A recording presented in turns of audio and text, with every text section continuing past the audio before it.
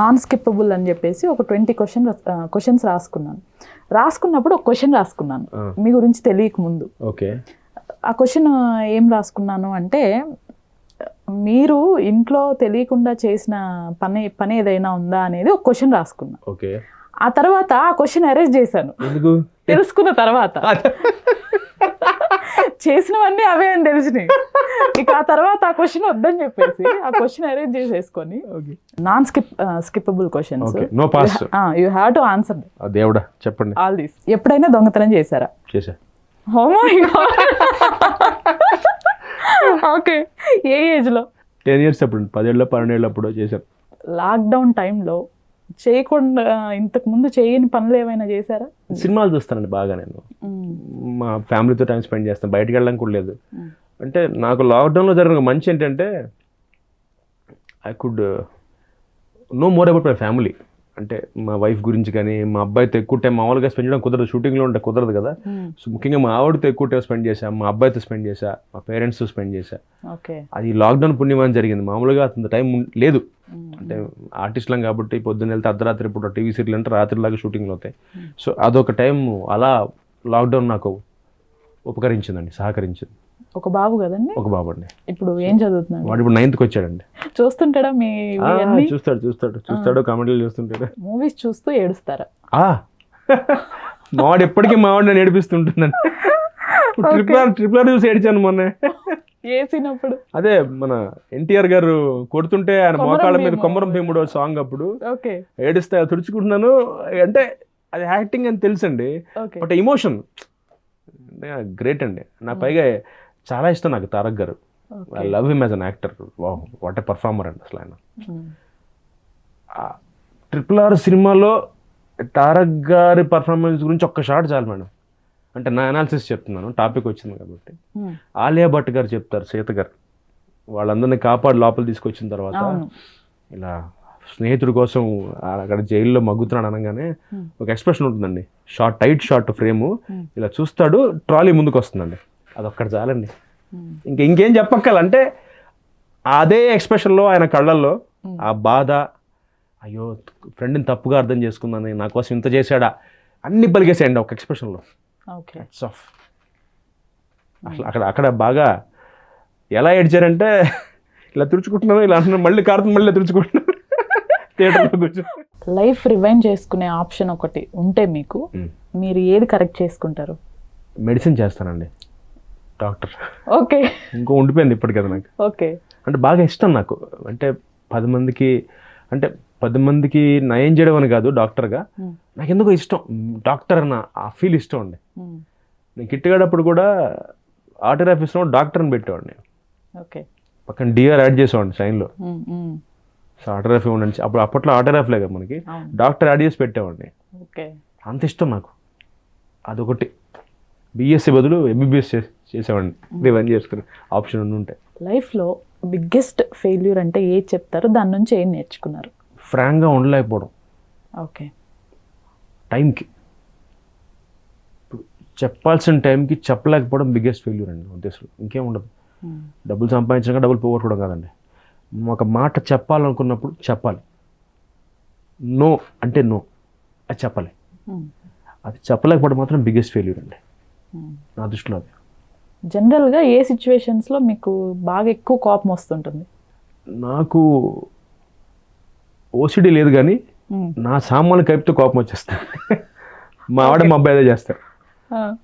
Charging cable తీసుకుంటారు, అక్కడ పెట్టరు. నా పెన్ తీసుకుంటారు, అక్కడ పెన్ క్యాప్ పెట్టరు. నా పుస్తకాలు తీస్తారు, పుస్తకాలు ఆర్డర్లో పెట్టరు. చాలా కోపం నాకు. అంటే నా వస్తువులు ముట్టుకుంటే మా ఆవిడ ఉంటుంది, అటు వెళ్ళొద్దంటుంది మా అబ్బాయిని, మీ నాన్న అల్మరా వైపు వెళ్ళొద్దంటే. నాకు ఇష్టం అలా ఆర్డర్లో. అలా ఓసిడీ లేదు, నో ఓసిడీ, బట్ నాకు ఇష్టం అన్నీ నీట్గా. అంటే నాకు ఎలా ఉండాలంటేనండి, మీరు ఫోన్ చేస్తే బయలుదేరని టక్కని కీ తీసుకుని దీపాలి. ఇప్పటికి నాకు అలవాటు ఏంటంటే, ఇవాళ ఇప్పుడు ఇంటర్వ్యూకి వచ్చి డ్రెస్ వేసుకున్నా కదా, ఇది నేను రాత్రి పెట్టుకున్నాను డ్రెస్ హ్యాంగర్కి. అంటే నెక్స్ట్ డే మార్నింగ్ తీసుకున్నది కూడా ముందు రోజు రాత్రి సెట్ చేసి పెట్టేసుకుంటా. నాకు అలవాటు అది. నాకు రివర్స్ మా తమ్ముడు. సాక్స్ ఎత్తుక్కోవడం, అటు షూ ఎత్తుక్కోవడం, ఇలా ఉంటుంది. మీతో యాక్ట్ చేసిన వారిలో మీకు పర్సనల్గా ఏ యాక్టర్స్ అంటే ఇష్టం సీరియల్స్లో? అష్మిత గారు. ఓకే. ఆవిడ. మీకు దేవుడు కనిపించి వరం ఇస్తానంటే ఏం కోరుకుంటారు? అందరూ బాగుంటారు అంతే. నాకు అసలు ఇష్టం లేదండి. నేను నిజంగా దేవుడిని కోరుకోవాలంటే నాకు మళ్ళీ జన్మొద్దని కోరుకుంటా. ఓకే, అలా పుట్టా ఇలా పుట్టాలి వద్దు, మళ్ళీ జన్మే వద్దబ్బా, ఓకే, దీంతో తీసుకెళ్ళిపో, మళ్ళీ ఇంకొక జన్మ క్రియేట్ చేసి నాకు నన్నే పందిగానో ఎలగ్గానో పుట్టించకుండా ఈ జన్మతో క్లోజ్ చేసి అంటారు. ఆల్మోస్ట్ తిండి నిద్ర లేకుండా కూడా షూటింగ్స్ చేశారు. రోజుకి 4 షిఫ్ట్లు పని చేశాను. 3 షిఫ్ట్స్ 4 షిఫ్ట్స్. అట్లాంటి స్టేజ్ నుంచి నార్మల్ ఏ క్యారెక్టర్ అయినా పర్లేదు చేసేద్దాం అనే స్టేజ్కి కూడా వచ్చానండి. మధ్యలో ఇండస్ట్రీ వదిలేద్దాం అనుకున్నా కూడా. దేనికి? పాలిటిక్స్ అండి. అంటే నా బేసిక్గా నాకు రాందే అది. అంటే 64 కళ్ళలో ఒక కళ అండి. ఓకే, అది నేను అనుకుంటాను, మరి ఎంతవరకు కరెక్ట్ తెలియదండి. నాకు బటరింగ్ రాదండి. అంటే ఇట్స్ నాట్, నేను చేసేవాళ్ళని తప్పటను, ఇట్స్ నాట్. అంటే పొగడ్డం భజన నాకు రాదు. నేను చాలా అంటే బేసిక్గా దాన్ని ఇంకా పాలిష్గా చెప్పాలంటే లౌక్యం తెలియదు. ఓకే, నాకు లౌక్యంగా నాకు వచ్చిన చేయను. నేను చాలా ఫ్రాంక్ అండ్ ఓపెన్ అండి. నచ్చింది నచ్చలేదు మీరు సూపర్ అండి, అబ్బా మీరు, అది నా వల్ల కాదు. అది ఒక ఆర్ట్. ఎందుకంటే అలా చేసేవాళ్ళని ఎప్పుడు తప్పట్టదు. ఎందుకంటే ఏమండి, ఎవరి లైఫ్ వాళ్ళదండి. ఇప్పుడు ఒక లైఫ్ని మనం డిక్టేట్ చేయకూడదు నా అభిప్రాయం అండి. ఇప్పుడు నాలో నేను చాలా తప్పులు చేసి ఉండొచ్చు, చేస్తాను కూడా, మనిషిని కాబట్టి. సో నేనే తప్పులు ఉన్నప్పుడు ఇంకొన్ని నేను ఎలా కరెక్ట్ చేయగలను?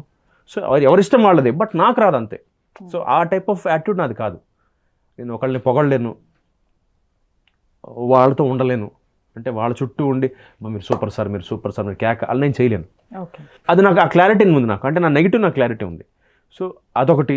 అండ్ రాజకీయం అండి, నాకు రాజకీయం ఇష్టమే, కానీ ఒక మనిషి పొట్ట కొట్టి మనం బాగుపడ్డాం అనే కాన్సెప్ట్ నచ్చదు నాకు.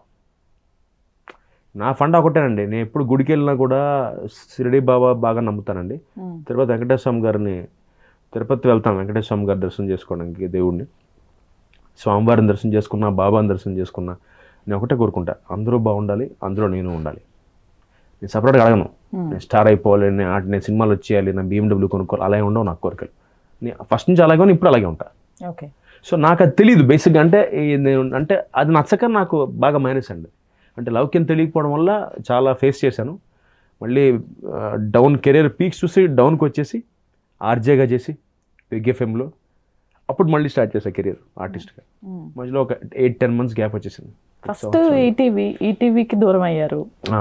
తర్వాత కొన్ని రోజులు మాకి కూడా బ్రేక్ వచ్చింది. మొదటి వరకు మాలో కూడా చూడలేదు. ఒక 9 years తర్వాత మళ్ళీ back to star. Very happy అండి. అంటే స్టార్ మా అంటే ఇట్స్ అసోసియేషన్ అండి, చాలా ఇష్టం. అంటే అవి పుట్టినప్పటి నుంచి ఉన్నాను నేను. స్టార్ మా, జీ తెలుగు, ఇవన్నీ వాటి స్క్రాచ్ తెలుసు నాకు. వాళ్ళు ఎలా స్టార్ట్ చేశారు, వాళ్ళు ఏమేం చేసేవాళ్ళు ప్రోగ్రామ్స్, అప్పటి నుంచి నేను వాళ్ళతో పనిచేసి ఉన్నాను. So I have an idea. So అందుకని ఇట్ ఫీల్స్ గుడ్. అంటే బ్యాక్ టు ఫ్యామిలీ అనే ఫీలింగ్ వస్తుంది. ఇంతకుముందు వర్క్ చేసి స్టార్టింగ్ కెరీర్లో వర్క్ చేసిన వాళ్ళందరితో కంపేర్ చేస్తే మీరు మాత్రమే నిలబడ్డారు అనుకుంటా. అదే లక్ అండి, అదృష్టం. అవునండి, చాలా తక్కువ మంది ఉన్నారు నాతో పాటు కెరీర్ స్టార్ట్ చేసిన వాళ్ళు. ఇంకా ఉన్న వాళ్ళు ఇప్పటికీ ఇండస్ట్రీలో తక్కువ మంది ఉన్నారు. తక్కువ మంది ఉన్నారు. బట్ నేను ఇంకా హ్యాపీ ఏంటంటే అట్లీస్ట్ ఇంకా గుర్తుపడుతున్నారు, గౌరవం ఇస్తున్నారని నేను సంతోషపడతాను. అంటే చాలా మంది అడుగుతారు నన్ను, కౌశిక్ గారు మీరు 32 ఏళ్లలో మీరు ఏంటండి, మీతో వచ్చిన వాళ్ళందరూ ప్రొడ్యూసర్లు అయిపోయారు, బాగా సెటిల్ అయిపోయారు, మీరు ఇంకా ఏదో మంత్లీ మీరు EMI కట్టుకుంటూ మీ కారు మీ ఫ్లాట్ ఎలాగే ఎందుకున్నారంటే నాకు అంతే అనుకుంటానండి. నేను బాగా నమ్ముతాను మేడం. ఇప్పుడు కళాకారుడు అనేవాడు, నా ఫీలింగ్ అండి, సముద్రం అలా ఉండాలండి. సముద్రం అల వస్తుంది చూసారండి, అల వచ్చినప్పుడు కాళ్ళు పెడతారు, ఉమ్మేస్తారు, రాళ్ళేస్తారు. అలా వచ్చింది, వెళ్ళిపోయింది. మన హోరు మాట్లాడాలి, మన స్పీడ్ మాట్లాడాలి, నేను మాట్లాడకూడదు. నేను చాలా ఫిక్స్ అవుతాను, గట్టిగా ఫిక్స్ అయ్యాను. అంటే నా ఫీలింగ్ అది. నేను ప్రతిదానికి రియాక్ట్ అయిపోయి, ఇప్పుడు నేను ఆర్టిస్టు అంటారు, ఫిక్స్ అవ్వాలి. ఇప్పుడు ఎవరైతే రాజకీయ నాయకులను అంటారో వాళ్ళు ఫిక్స్ అయ్యాక దిగుతారండి రాజకీయాల్లోకి. ఇప్పుడు అప్పటిదాకా అంత బాగానే ఉంటుంది. వాళ్ళు రాజకీయాల్లో వచ్చాక పర్సనల్ అయిపోతాయి విషయాలు. వాళ్ళ వైఫ్ దగ్గరికి వెళ్ళిపోతారు, పిల్లల దగ్గరికి వెళ్ళిపోతారు. వెళ్ళకూడదు న్యాయంగా, బట్ వెళ్తారు, బట్ పడాలి. అది బాగా నమ్ముతారండి. సో ఒక సముద్రపు అలలాగా వచ్చామా ఉమ్మేస్తారు, రాళ్ళేస్తారు, చెప్పులు విసురుతారు, ఎంజాయ్ చేస్తారు, నీళ్ళని అలం దగ్గర తీసుకుంటారు. సో అన్ని రకాల వాళ్ళు ఉంటారు. అన్ని రకాల వాళ్ళని యాక్సెప్ట్ చేసి మన పని మనం చేసుకెళ్ళిపోవాలి. టైం అంటాం కదా మేడం, యోగం యోగ్యత అంటాం. కొంతమందికి కెరీర్ స్టార్టింగ్లో వస్తుంది, కొంతమందికి లేటుగా వస్తుంది. రవితేజ్ గారికి 40 దాటా ఆయన చేసే ఇడియట్ సినిమా, అప్పుడు వచ్చింది బ్రేక్ ఆయనకి. ఆయన ఎన్ని కష్టాలు పడ్డారు. ఇవాళ ఆయన ఉన్న స్థాయికి చిరంజీవి గారి తర్వాత నాకు తెలిసి అంత కష్టపడింది ఆయనే. అంటే ఆయనకంటే ఒక స్టార్డమ్ సంపాదించడానికి పాపం నేను చూసా. బికాస్ చైల్డ్ ఆర్టిస్ట్గా ఐ సీన్ హిమ్ గ్రో. ఆయన ఫ్రెండ్ క్యారెక్టర్ చేసిన దగ్గర నుంచి ఇవాళ రవితేజ గారు అంటే మాస్ మహారాజా అయ్యారంటే చాలా కష్టం ఉంది దాని వెనకాల. అలా ఆ టైం అంతే. ఇప్పుడు కొంతమందికి ఫస్ట్ సినిమాకే వచ్చేస్తుంది. సో డిపెండ్స్, వెయిట్ చేయాలి, పేషెన్స్. మోహన్ బాబు గారు నాకు ఇష్టం అండి. అంటే ఈజ్ వెరీ అవుట్ స్పోకెన్ అండి. అంటే మనసులో ఏమీ దాచుకోరు. ఒక మంచి ఎక్స్పీరియన్స్ నాకు ఆయనతో. ఒక రాజుబాయ్ అని సినిమా అండి, అది తీశారు అప్పుడైనా, మంచు మనోజ్ గారు హీరో దాంట్లో అన్నమాట. నాకు రాజీవ్ కనకాల గారు నన్ను రెఫర్ చేశారు ఒక క్యారెక్టర్కి, రాజా అన్నయ్య కౌశిక్ వెళ్ళి కలరా ఒకసారి, మంచి వేషం ఉంటుందని. ఆయన నన్ను చూసి ఏమయ్యా నీ పేరేంటి అన్నాడు. కౌశిక్ అండి అన్న. కౌశిక్ నువ్వు యాక్టింగ్ బాగా చేస్తూ ఉంటాగా అన్నాడు. అవును సార్ అంటే, రాజీవ్ కనకాల నీ పేరు చెప్పాడు అన్నాడు. అవును సార్ చేస్తాను అంటే. అసలు ఫ్రెండ్ క్యారెక్టర్ అండి, ఒక సీన్ వేషమే.